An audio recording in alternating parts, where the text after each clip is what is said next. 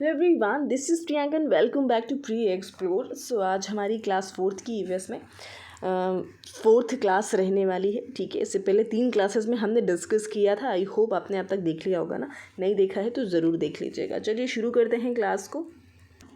सो ये चैप्टर 16 रहेगा और यहाँ पे हम जो फैक्ट हमारे एग्ज़ाम में आते हैं वही आपको सिर्फ सुनना है ना। नोट्स बनाना चाहें तो नोट्स भी आप बना सकते हैं। जैसे चू चू करती आई चिड़िया। ठीक है, तो इस चैप्टर में चिड़िया से रिलेटेड जितने भी फैक्ट होते हैं, जैसे कि आपने देखा ही होगा प्रीवियस ईयर में, तो वो सारे ही फैक्ट इसी चैप्टर में दिए गए हैं क्लास 4th की ईवीएस में। ठीक है, और आपको मैं और भी चीज़ें बताने वाली हूँ कि किस तरीके से पेडागोजिकल समझ आप अपनी बना सकते हो। इन्हीं बुक्स में आपको कई चीज़ें दी हुई होती हैं ना, जिनको अगर आप पढ़ेंगे तो आपको समझ में आएगा। सो ये स्टोरी है जो कि लाइक एक तरीके से आप ये डेट देख पा रहे हो ना। खैर, और यहाँ पे होता क्या है कि लाइक जैसे कि गौरैया, फाख्ता, शक्करखोरा सब अपनी अपनी जोड़ी बना करके अपना घोंसला बनाने की तैयारी में लगे हुए हैं। सब चिड़ियाँ हैं, ठीक है, और जोड़े में रहती हैं और अपना घोंसला बनाती हैं मिल करके।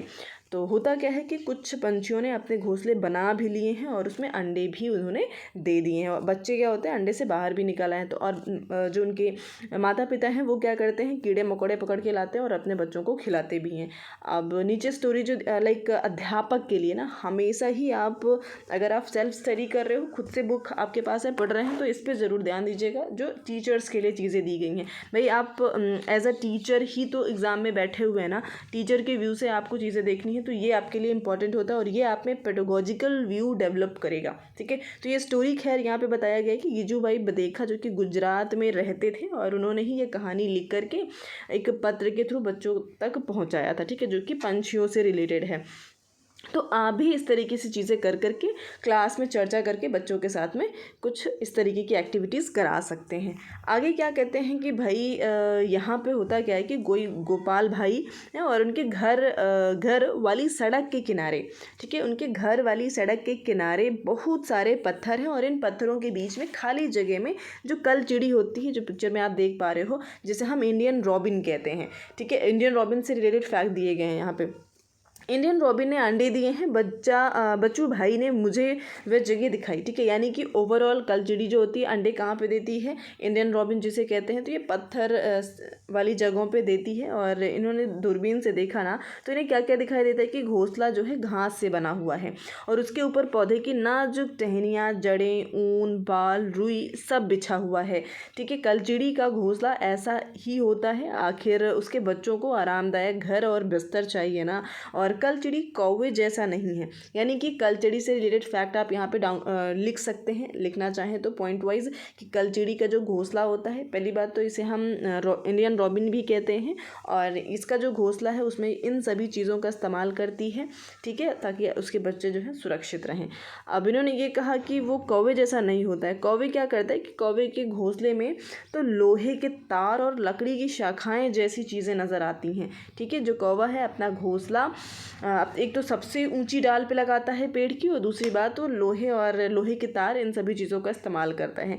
कलचिड़ी के घोंसले में मैंने एक बच्चा भी देखा था, वह अपनी चोंच फाड़ कर बैठा था।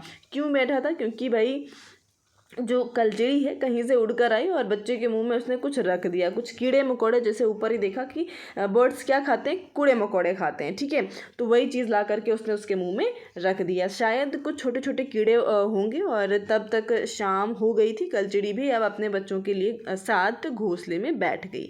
ठीक है, और ये फैक्ट जो दिया गया है इसको देखिएगा।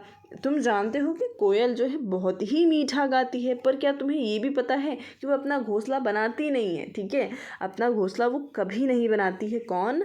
कोयल। वह कौवे के घोंसले में ही अंडे दे देती है और कौवा अपने अंडों के साथ कोयल के अंडों को भी सेता पालता है। यानी कि होता क्या है, पहली चीज़ तो जो कौवा होता है ना, वो किसी भी पेड़ की सबसे ऊंची डाल पे अपना घोंसला बनाता है।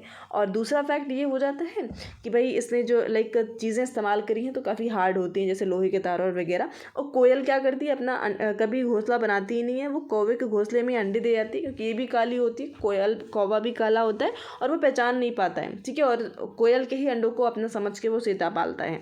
ठीक है, काफ़ी इंपॉर्टेंट है ये। नज़दीक में एक छोटा सा पेड़ है, उसकी एक डाल से घोंसला लटका हुआ है। ठीक है, पंछियों में भी कितना अंतर होता है ना भाई, डिफरेंट डिफरेंट तरीके के अपने घर बनाते हैं और कौवा जो है पेड़ की ऊंची डाल पे, ये फैक्ट जो मैंने बताया ना कि सबसे ऊंचाई पर सबसे ऊंची डाल पे ही अपना घोंसला बनाता है। जो फाख्ता पंछी है ना, फाख्ता कैक्टस के कांटों के बीच या मेहंदी के पेड़ में अपना घोंसला बनाएगा। कौन सी चिड़िया? तो फाख्ता जो होती है ना, वो कैक्टस के कांटों के बीच या मेहंदी की मेड़ में अपना घोंसला बनाएगा। ठीक है। गौरैया जो है, ठीक है, गौरैया क्या करती है, आमतौर पर घर में या आसपास दिखाई देती हैं। लाइक जो जहाँ पे बस्ती होगी, घर होगा, उसके आसपास आपको गौरैया नज़र आती है। ठीक है। वह कहीं भी घोंसला बना लेती है, अलमारी के ऊपर भी बना लेगी, या कोई टूटा फूटा आईना पड़ा है तो उसके पीछे बना लेगी। ठीक है, उसके पीछे भी बना लेती है। ठीक है। और आगे क्या कहते हैं कि घर की दीवार के आले में भी बना लेती है।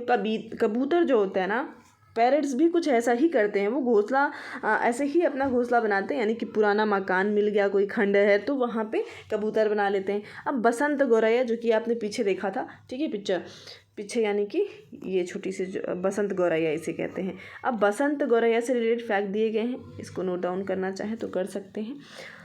तो भाई जो बसंत गौरैया जो गर्मियों में टुक टुक करते रहती है, ठीक है, कैसी आवाज़ निकालती है, टुक टुक करते रहती है, और पेड़ के तने में गहरा छेद बना करके, यानी कि पेड़ है तो इसके स्टेम में ही होल करके वो अपना घोंसला बना लेती है और उसमें ही अंडे देती है। समझ रहे हैं आप? और दर्जिन चिड़िया, इसका जैसा नाम है काम भी एकदम वैसा ही है। ठीक है, ये चिड़िया आप देख पा रहे हो, इसने क्या किया, पत्ते को सी करके अपना घोंसला बना लिया, इसी में अंडे भी देती है। ठीक है, यानी कि पहले उसको सी करके उसमें चीज़ें ला करके, जो भी सॉफ्ट चीज़ें रखनी होती हैं उसको रख करके उसी को अपना घोंसला के तरीके से इस्तेमाल करती है। ठीक है। और शक्कर खोरा किसी छोटे पेड़ या झाड़ी की डाली पर, जो शक्कर खोरा ये आप देख पा रहे हो स्क्रीन पे, ठीक है, शक्कर खोरा क्या करता है, ये शक्कर खोरा छोटे पेड़ या झाड़ी की डाली पर अपना लटकता घोंसला बनाते हैं। और उसी शाम हमने एक डाल से टंगा शक्कर खोरा का घोंसला भी देखा, जैसे कि ये आप देख पा रहे हो। ठीक है। और कहते हैं कि क्या तुम जानते हो ये किन चीज़ों से बनाते हैं? तो ये भी भाई जैसे कि घोंसले में बाल हो गया, बारीक घास हो गई, पतली टहनियाँ, सूखे पत्ते, रुई, पेड़ की छाल, ठीक है, इन सभी से क्या करते हैं, कपड़े के छोटे छोटे चीथड़े भी होते हैं, ठीक है, उन सभी का इस्तेमाल करके ये बनाते हैं। यहाँ तक कि मकड़ी के जाले भी होते हैं उसमें, ठीक है, देखने को मिल जाएंगे आपको। तो ये चीज़ें, इतने सारी पंछियों के बारे में जानने मिला, इन सभी को आप नोट डाउन भी कर सकते हैं ना। आगे क्या कह रहे हैं कि, और ये ऊपर आप एक देख पा रहे हो पिक्चर, जहाँ पे ये वीवर पंछी लिखा हुआ है। ठीक है, और ये घोंसला बना हुआ है। होता क्या है, इनसे रिलेटेड फैक्ट ये इंपॉर्टेंट है, आपका काफ़ी ज़्यादा पूछा जाता है कि क्या तुम वीवर पंछी के बारे में ये बात जानते हो? जो मेल वीवर पंछी होता है ना, वो अपने घोंसले बनाते हैं, वो लाइक जितने भी होंगे सब अपना अपना घर बनाते हैं, घोंसले बनाते हैं। और जो फीमेल वीवर होती है वो क्या करती है, उन सभी घोंसलों को देखती है, और उसके बाद जो घोंसला उसको अच्छा, उनमें से जो भी उसे अच्छा लगता है उसमें ही वह अंडे देती है। ठीक है, मतलब कई सारे ऑप्शन बनाने पड़ते हैं बेचारों को। ठीक है, कई सारे घोंसले बनाते हैं, जो अच्छा लगता है उसी में जा कर के वो अपने अंडे देती हैं। ठीक है, और आजकल सभी पंछी जो है ना व्यस्त हैं घोंसले बनाना, अंडे देना, ये तो पहला कदम है इनका। ठीक है, बड़ी मेहनत से बनाए गए घोंसले में ओवरऑल ये एक, जब इन्हें अंडे देने होते हैं ना, तभी ये घोंसले का निर्माण करते हैं, तभी ये घोंसला बनाते हैं। और इन्हें खतरा भी रहता है। खतरा किन से रहता है? तो ह्यूमन बीइंग से, मनुष्यों से होता है, और दूसरे जानवरों से होता है, जैसे कि कौवा, गिलहरी, बिल्ली, चूहे, ये सब मौका देखते ही अंडों को चुरा लेते हैं और खा जाते हैं। ठीक है, तोड़ भी देते हैं। तो इस तरीके से इन्हें बच के भी रहना पड़ता है। अब यहाँ पे कुछ एक पंछी का एक पहेली जैसा दिया गया है ना, कि लाइक एक पंछी ऐसा जिसकी दुम पर पैसा, सिर से दुम तक दिखे नीला नीला। तो भाई वो हमारा राष्ट्रीय पक्षी मोर हो जाता है। ठीक है, वो कौन है? हमारा राष्ट्रीय पंछी मोर है। आते हैं, और जैसे कि मैंने आपको बताया ही ना कि पंछी जो होते हैं केवल अंडे देने के लिए ही घोंसले का निर्माण करते हैं। और जब लाइक अंडे दे देते हैं तो उसके बाद जब उनके बच्चे भी अंडे से निकल आते हैं ना, तो वो घोंसला को छोड़ करके उड़ जाते हैं। ठीक है, अब यहाँ पे दांत, जैसे कि देखा होगा ना कि ये गिलहरी है, और गिलहरी, इसके जो दांत होते हैं ना काफ़ी तेज़ी से बढ़ते रहते हैं। गिलहरी के दांत हमेशा बढ़ते रहते हैं, और दांतों के काटने और कुतरने के कारण इनके दांत घिसते रहते हैं ना, चीज़ों को ये लाइक काटते कुतरते रहते हैं, जिसकी वजह से इनके दांत घिसते रहते हैं, नहीं तो बहुत लंबे हो जाए ना, क्योंकि इनके दांत जो है हमेशा बढ़ते रहते हैं ना। और सांप के दांत होते तो निकीले हैं, पर वह अपने शिकार को चबा कर नहीं खाता है। ठीक है, बल्कि वो निगल जाता है ना, आपने देखा होगा जैसे अजगर वगैरह होते हैं। ये नेक्स्ट चैप्टर है आपका चैप्टर 19, जहाँ पे जड़ों का जाल। अब यहाँ पे इस चैप्टर में देखिए जड़ों का जाल यानी कि ओवरऑल हमें वो फैक्ट पढ़ने हैं जो हमारे एग्ज़ाम में आते हैं। अब यहाँ पे रूट्स दो तरीके के होते हैं, अब वो कौन से दो टाइप हैं वो हम जानेंगे एग्जाम्पल के साथ में, और कौन कौन सी ऐसी सब्जियाँ हैं, फ्रूट्स हैं ना जिनको जो जड़ हैं और उन्हें हम खाने में इस्तेमाल करते हैं, वो लीव्स हैं और उन्हें हम खाने में इस्तेमाल करते हैं। तो ओवरऑल ये एग्ज़ाम में भी पूछा जाता है ना, जैसे कि आलू पूछ लिया गया, बताइए कि भाई आलू कैसा है, लाइक जड़ है, तना है या पत्ती है, क्या है, ठीक है। तो बताना है आपको कि कौन सी चीज़ें हैं जो हम लाइक किस रूप में उन्हें खाते हैं। इस चैप्टर में वही सारी चीज़ें दी गई हैं, तो हम समझ लेते हैं कि भाई जड़ दो तरीके की होती हैं। हमें पता है जो रूट्स होती है ना वो दो तरीके की होती हैं, एक होती है जिसे हम टैप रूट कहते हैं और दूसरा होता है जिसे हम फाइब्रस रूट कहते हैं, ठीक है। अब फाइब्रस रूट की बात करते हैं तो हम जानते हैं कि भाई फाइब्रस रूट क्या होता है। तो ये जो आप इधर इस तरफ देख पा रहे हो ना कि इस तरीके से यहाँ पे कोई मेन जड़ आपको नज़र नहीं आ रही है, ठीक है। जैसे कि धान हो गया, गेहूं का खेत हो गया, छोटी छोटी जो घासें होती है ना, आप उनको पकड़ के उखाड़ेंगे तो ईजिली वो उखड़ के भी आ जाती हैं, ईज़िली उखड़ के चली आएंगी। और आप उनको जब देखोगे ना उनकी जड़ों को, आप ये करके भी देख सकते हैं। तो इस तरीके से कोई यहाँ पे मेन जड़ नहीं नज़र आती, कई सारी इस तरीके से जड़ें निकली हुई होती हैं, इसे हम बोलते हैं फाइब्रस रूट, ठीक है। और ये यहाँ पे जैसे कि गाजर हो गया है ना, चुकंदर हो गया, ये सभी कैसी होती हैं, ये होती है tap root. Tap root means to say कि इनमें एक मेन रूट होती है और इससे कई सारी सब रूट्स ऐसे ऐसे निकली हुई नज़र आएंगी ना, जैसे कि ये आप देख पा रहे हो। तो ये होती हैं जड़ें जिनका हम खाने में इस्तेमाल करते हैं, ठीक है। तो इस तरीके से कुछ और एग्जांपल्स हैं, आप समझ गए होंगे टैप रूट और फाइब्रस रूट के बीच का डिफरेंस ना। कुछ एग्जांपल जैसे कि ये मैंने यहाँ पे इंक्लूड किए हुए। टैप रूट कौन कौन से होते हैं, जैसे कि घास वगैरह, तो फाइब्रस रूट होता है ना, ये चुकंदर देख लिया आपने, गाजर देख लिया, और इस तरीके से ये सब किसके एग्जाम्पल हैं, टैप रूट के और ये फाइब्रस के। डिफ्रेंशिएट करना आना चाहिए, बाकी फैक्ट तो हम डिस्कस कर ही लेंगे ना। अब ऐसे जड़ें जिनका हम खाने में इस्तेमाल करते हैं ना, कौन कौन सी हैं, जैसे कि गाजर, मूली, चुकंदर, शकरकंद, सलजम, ये सभी। और ये क्वेश्चन भाई पूछा जाता है ना, तो इसको आप याद करना आपके लिए इम्पोर्टेंट हो जाता है, जिन्हें हम एज अ रूट इस्तेमाल करते हैं खानों में, ठीक है। और तने की बात करते हैं, स्टेम की बात करेंगे तो जैसे प्याज हो गया, आलू, अदरक, लहसुन, गन्ना, ये सभी क्या होते हैं, तने होते हैं, स्टेम होते हैं जिनका इस्तेमाल हम खाने में करते हैं, ठीक है। पत्तियाँ तो पता ही हैं भाई, पालक हो गया, पालक, गोभी, इन सभी का यूज़ करते हैं, ठीक है। और फूल की बात करेंगे तो जैसे कि केला फूल होता है, ठीक है, केला क्या है, फूल है। और केला हो गया, केले का पौधा हो गया, कद्दू का पौधा, इन सभी का इस्तेमाल हम करते हैं। और फल तो आपको पता ही है, सेब, अमरूद, ये सारे क्या होते हैं, फल होते हैं। बीज जैसे कि गेहूं हो गया, ठीक है, गेहूं, चावल, मूंगफली, सभी दालें, ये सब क्या होते हैं, बीज यानी कि सीड्स की कैटेगरी में आते हैं, ठीक है। काफ़ी इंपॉर्टेंट है, पीडीएफ भी आपको मिल जाएगा। और मैं आपको बता दूं कि क्लास 5th की भी ईवीएस जो है हमने ऑलरेडी कवर अप कर ली है ना, अभी क्लास 4 चल रहा है। इसके बाद क्लास 3rd भी हम डिस्कस करेंगे, पुरानी वाली भी और जो नई आ चुकी है उसको भी डिस्कस करने वाले हैं, ठीक है। देखिए एनसीईआरटी में इस तरीके से ये चीज़ें दी गई हैं, अभी आप डिफ्रेंशिएट कर पाएंगे ना। अब यहाँ पे एक इंटरेस्टिंग फैक्ट बताती हूँ, अगर हम ये बैगन की बात करते हैं ना, तो बैगन किस में आता है, बैंगन हम जो सब्जी के तरीके से इस्तेमाल करते हैं, लेकिन बैंगन हो गया, भिंडी हो गया ना, इन्हें हम फ्रूट कहते हैं, इन्हें हम फल कहते हैं। क्या कहते हैं भाई, इन्हें हम फल कहते हैं, फ्रूट कहते हैं, ठीक है, बैंगन और दूसरा आपका भिंडी, ठीक है। अब ये देखिए फिर से एक चीज़ें दी गई हैं, चैप्टर के नीचे ही आप अध्यापक के लिए कुछ फैक्ट दिए जाते हैं जो आप में पेडागोजिकल व्यू को डेवलप करते हैं, ठीक है। अब जैसे कि यहाँ पे दिया गया कि बच्चे, पौधे जो हैं, पौधे जड़ों के द्वारा पानी कैसे एब्जॉर्व करते हैं, ये इस उम्र में बच्चों के लिए समझना थोड़ा सा कठिन होता है, फिर भी ये ज़रूरी है ना कि उन्हें इस बारे में सोचने के अवसर दिए जाएँ, ठीक है। बच्चों का चिंतन अलग अलग स्तर का होता है ना, अलग अलग तरीके से हर बच्चे में इंडिविजुअल डिफरेंसेस देखने को मिलते हैं, और ये ज़रूरी है कि उनके विचार भी सुने जाए ना, कि बच्चे क्या सोचते हैं आखिर इस चीज़ को लेकर के। अब ये वाला फैक्ट भी बहुत इंपॉर्टेंट है, ये भी आपके एग्जाम में एज इट इज़ ऐसे ही पूछ लिया जाता है ना। देखिए अभी तक हमने एक पेड़ के बारे में पढ़ा था जो कि आपका था खेजड़ी का वृक्ष, ठीक है, जो कि राजस्थान में पाया जाता है। और ये दूसरा है जिसे हम कहते हैं ओक ट्री। क्या कहते हैं? ओक ट्री कहते हैं। ये भी रेगिस्तानी पौधा ही है, बट ये पाया कहाँ जाता है? ऑस्ट्रेलिया में, ठीक है। और जो खेजड़ी वृक्ष के बारे में पढ़ा था वो राजस्थान में पाया जा रहा था, हमारे इंडिया में ही, ठीक है। ऑस्ट्रेलिया में एक पेड़ पाया जाता है जिसका नाम है रेगिस्तानी ओक, और इसकी ऊंचाई तुम्हारी क्लास की दीवार के लगभग होती है। अब देखिए यहाँ पे बच्चों से यही क्यों कहा गया कि भाई तुम्हारी क्लास की दीवार के बराबर होती है, मतलब बच्चों को कनेक्ट किया जा रहा है। बच्चे देख पा रहे हैं उनकी क्लास की दीवार कितनी ऊंची है ना, तो वो एज्यूम कर पाएंगे। और पत्तियां बहुत ही कम होती हैं। अंदाजा लगाओ कि इसकी जड़ें ज़मीन में कितनी गहरी जाती होंगी ना। सोचो यदि ऐसे 30 पेड़ ज़मीन पर लाइन से लटा दिए जाए ना, तो इस लंबाई तक ज़मीन में गहरी जाती है, ठीक है।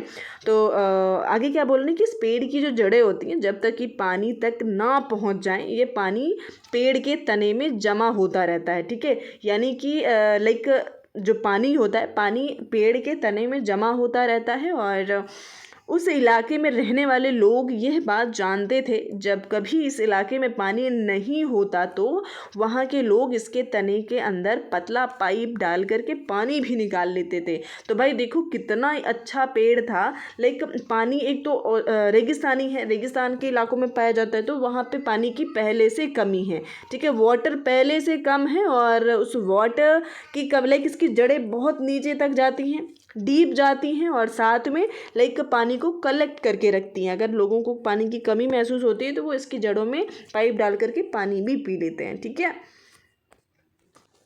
अब इस चैप्टर में ना जहाँ पे मिलकर खाए हैं, यहाँ पे कोई ऐसे फैक्ट नहीं दिए गए हैं जो आपके एग्जाम में एग्जैक्टली पूछ लिए जाते हैं। यहाँ पे कुछ 5 से 6 स्टोरीज गिवन है, ठीक है। और उन स्टोरीज़ का इंपॉर्टेंस ये है कि उनके नीचे टीचर्स के लिए कुछ पॉइंट्स लिखे हैं, और आपको वो समझना है कि पेडागोजिकल वे में जब पेडागोजी आती है 15 नंबर की, उसकी समझ आपके अंदर डेवलप करेगा, ठीक है।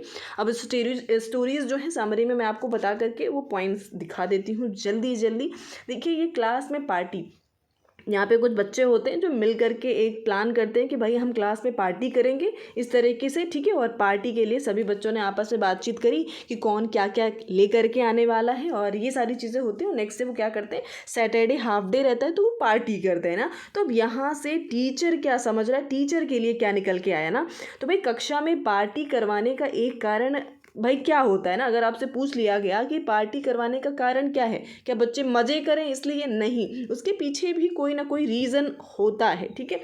कारण बच्चों को मिलजुल कर एक साथ बैठकर खाने के अवसर देना है। इसके लिए बच्चों में नाच गाना नाटक जैसे कार्यक्रम तैयार करने के लिए भी आप प्रेरित कर सकते हैं। इससे क्या होगा, बच्चे में सोशलाइजेशन, ठीक है, ये चीज़ें हो रही हैं, एक हेल्पिंग नेचर आ रहा है, हर तरह से ना एक दूसरे के साथ रहना सीख रहे हैं, एक दूसरे के साथ बैठकर खाना ना, ये सारी चीज़ें डेवलप होती हैं ना। तो पेडागोजिकल वे में आपके लिए इंपॉर्टेंट हो जाता है। आई होप समझ रहे होंगे आप, ठीक है।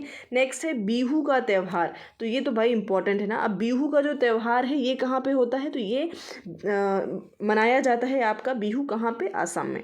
कहाँ पे भाई होता है ये, आसाम में होता है। क्यों होता है, क्योंकि चावल की नई फसल कटी हुई होती है, और इस चीज़ को सेलिब्रेट करने के लिए वहाँ पे बिहू फेस्टिवल मनाया जाता है ना। और इस तरीके का भेला घर भी बनाया जाता है, जैसे कि आप देख पा रहे हो, जो भी उस लाइक चावल की फसल में जो पीछे का वो होता है ना, क्या कह सकते हैं उसको, पैराटाइप्स, तो उसकी हेल्प से ये भेला घर बनाया जाता है। और काफ़ी चीज़ें हैं जो कि चीज़ें होती हैं ना। अब बिहू के बारे में काफ़ी डीप में दिया गया है, तो ये भी समझ लेते हैं। भाई बिहू जो है, माघ बिहू 14 से 15 जनवरी, जब हमारे यहाँ लाइक इधर नॉर्थ साइड में क्या मनाया जा रहा होता है, नॉर्थ साइड में जब हम मकर संक्रांति सेलिब्रेट करते हैं ना, तो इधर नॉर्थ ईस्ट साइड में क्या चल रहा होता है, बिहू, ठीक है। असमिया कैलेंडर के 10वें महीने माघ की प्रथमा द्वितीय तिथि को मनाया जाता है। पहले दिन में उसका उरुका कहते हैं। पहले दिन को क्या कहते हैं, उरुका, मतलब कई स्टेजेस में होता है।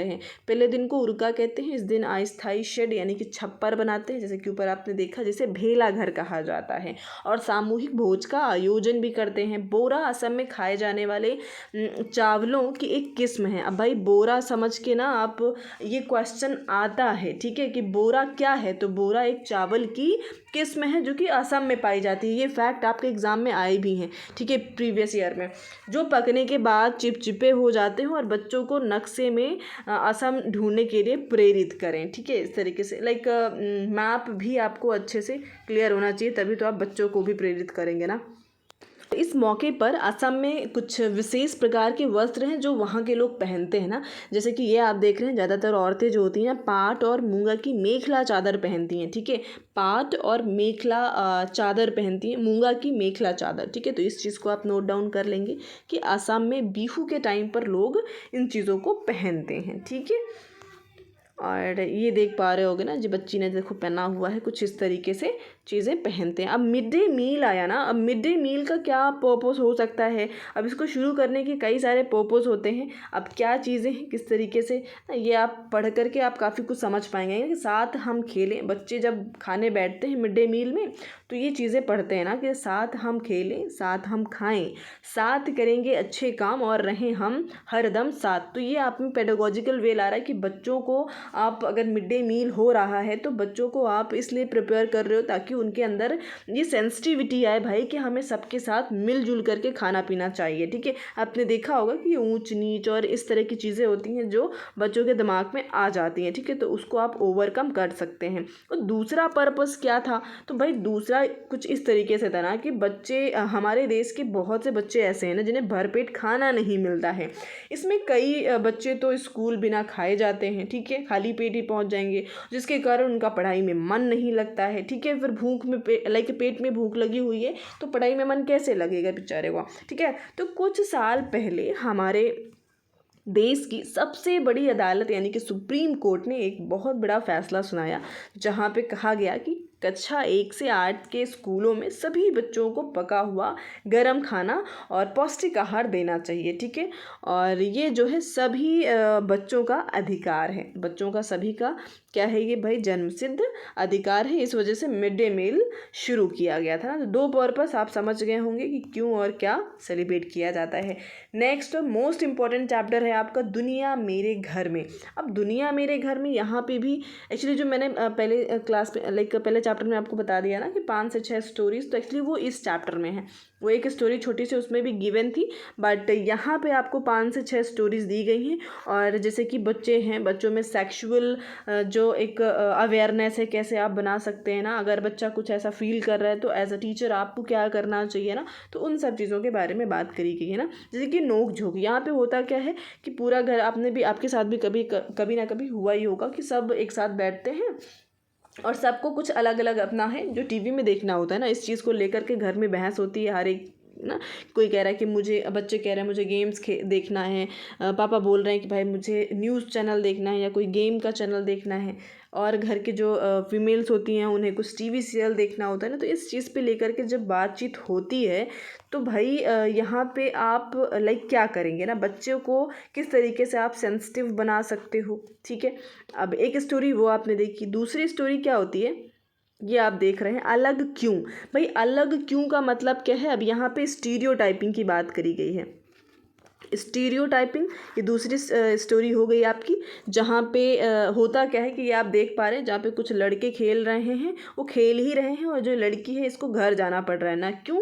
क्योंकि टाइम ज़्यादा हो गया है और उसके बाद इन लोगों को तो कोई कुछ नहीं कहता। अगर ये थोड़ा सा लेट भी जाते हैं तो इन्हें कोई कुछ नहीं कहेगा, बट अगर ये बच्ची घर लेट पहुँचती है ना तो इसे काफ़ी कुछ सुनने को मिलता है।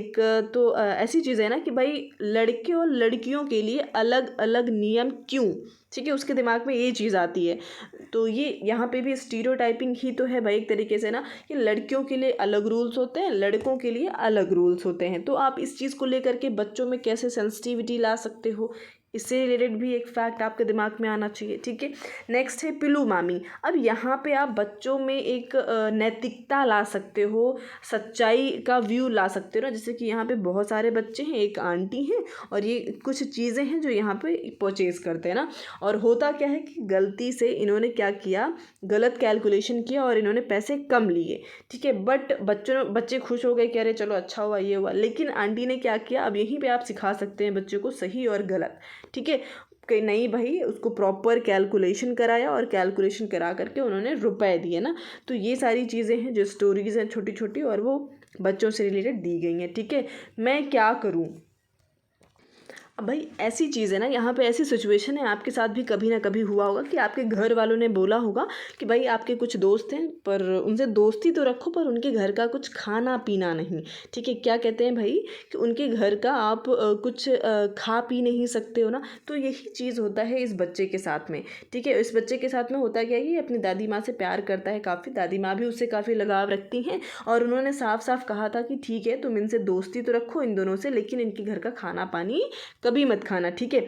और होता क्या है कि बच्चा गेम खेल रहा होता है, खेलते खेलते वो उसे बड़ी ज़ोर से प्यास लगती है, और वो उसी बच्चे के घर के पास खेल रहा होता है ना। तो क्या करते हैं वो भाई पानी लेकर के आए ना, अब उसे तुरंत दादी माँ की बात याद आ जाती है कि भाई अब वो इस सिचुएशन में क्या करे, पिए या मना कर दे, क्या करना चाहिए उसको ना। तो ये सारी चीज़ें होती ना, सेंसिटिविटी बच्चों में आप किस तरीके से डेवलप कर सकते हो, और ये चीज़ें तभी पॉसिबल हैं जब आप बच्चों के साथ डिस्कस करेंगे ना, किसका फैसला। तो भाई किसका फैसला, ये एक छोटी सी स्टोरी दी गई है।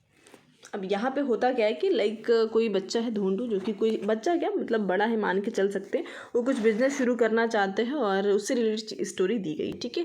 तो ये हमारा समाज है जिसका एक छोटा सा व्यू आपको दिया गया ना, इस तरह से चीज़ें होती हैं ना।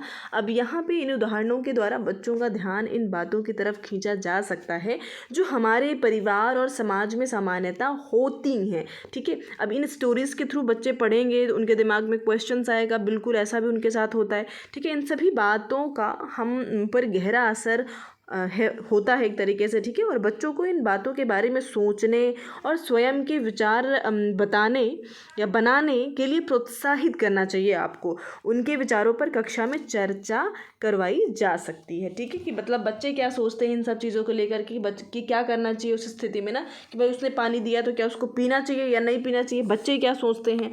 अब बच्चों का जानने के बाद आप उनको अपने तरीके से जो आप चाहते हो उनको आप कह सकते हो, बता सकते हो ना। एक स्टोरी और है, काफ़ी इंस्पायरिंग है। अब यहाँ पे होता क्या है ना कि मुझे ये अच्छा नहीं लगता। दो दोस्त होती हैं, मीना और रितु, और होता क्या है कि इस टापू खेल कर घर लौट रही थी दोनों, और तभी जो मीना है ना वो कहती है भाई कि ऐसा है कि चलो तुम्हारे घर चलते हैं। मीना ने रितु को खींचते हुए कहा कि तुम्हारे मामा तो घर पर नहीं होंगे, अगर वे होंगे तो मैं नहीं आऊँगी तुम्हारे घर, ठीक है। कौन कह रहा है ये चीज़, लाइक मीना ने कहा इस तरीके से रितु को, ठीक है। तो रितु ने जवाब दिया, पर क्यों, मामा को तो तुम बहुत अच्छी लगती हो, कह रहे थे कि अपने सहेली रितु को घर लाना और मैं दोनों को खूब सारी चॉकलेट खिलाऊंगा। तो रितु ने मीना से अपना हाथ छुड़ाया और बोली, तुम्हारे मामा से मुझे डर लगता है, हाथ भी पकड़ते हैं तो मुझे अच्छा नहीं लगता है ना। ये कहकर के रितु अपने घर चली गई। तो भाई ये स्टोरी आपको काफ़ी ज़्यादा अवेयर करती है जो बच्चे हैं। अब टीचर को एज अ टीचर आपको क्या करना चाहिए, कुछ बच्चों के अनुभव ऋतु की तरह के हो सकते हैं ना, कक्षा में इन पर चर्चा होने से बच्चों को अपना अनुभवों के बारे में सोचने का मौका मिलेगा। इससे उनका धीरज भी बंधेगा और शिक्षक के प्रति विश्वास भी बढ़ेगा ना। अगर आप उनके देखिए, हमेशा as a teacher strict teacher बन करके आपको उनके साथ नहीं रहना ना, एक फ्रेंडली नेचर होना चाहिए जहाँ पे बच्चे हर एक बात बोलने में एबल हों, ठीक है। ज़रूरतों के अनुसार बच्चों से व्यक्तिगत रूप से भी बात की जा सकती है। अगर स्कूल में बच्चों के सलाहकार काउंसलर हैं आप, तो उनकी मदद भी आप एक तरीके से उनकी मदद भी ली जा सकती है, ठीक है। तो ये भी आप समझ पाए होंगे कि किस तरीके से आपको बच्चों के साथ बातचीत करनी है, टैकल करना है, ठीक है। और भी ये कुछ चीज़ें दी गई हैं अध्यापक के लिए, आप ये पढ़ लीजिएगा ना, काफ़ी कुछ है भाई। ये पेडागोजिकल व्यू आप में डेवलप करते हैं और हर चैप्टर में आपको इस तरीके से मिल जाता है ना। आप अगर इसको पढ़ लेते हैं ना भाई, मतलब एक नंबर भी आपका पेडागोजी से तो छूटेगा ही नहीं, ठीक है। सो इसे हम यहीं पे ख़त्म करते हैं, ठीक है। इस क्लास में अभी आपकी 3 से 4 क्लासेस और बची हुई, जिसे मैं एक ही क्लास में आपकी कंप्लीट करा दूँगी, ठीक है। सो आज के लिए इतना ही। Thank you so much.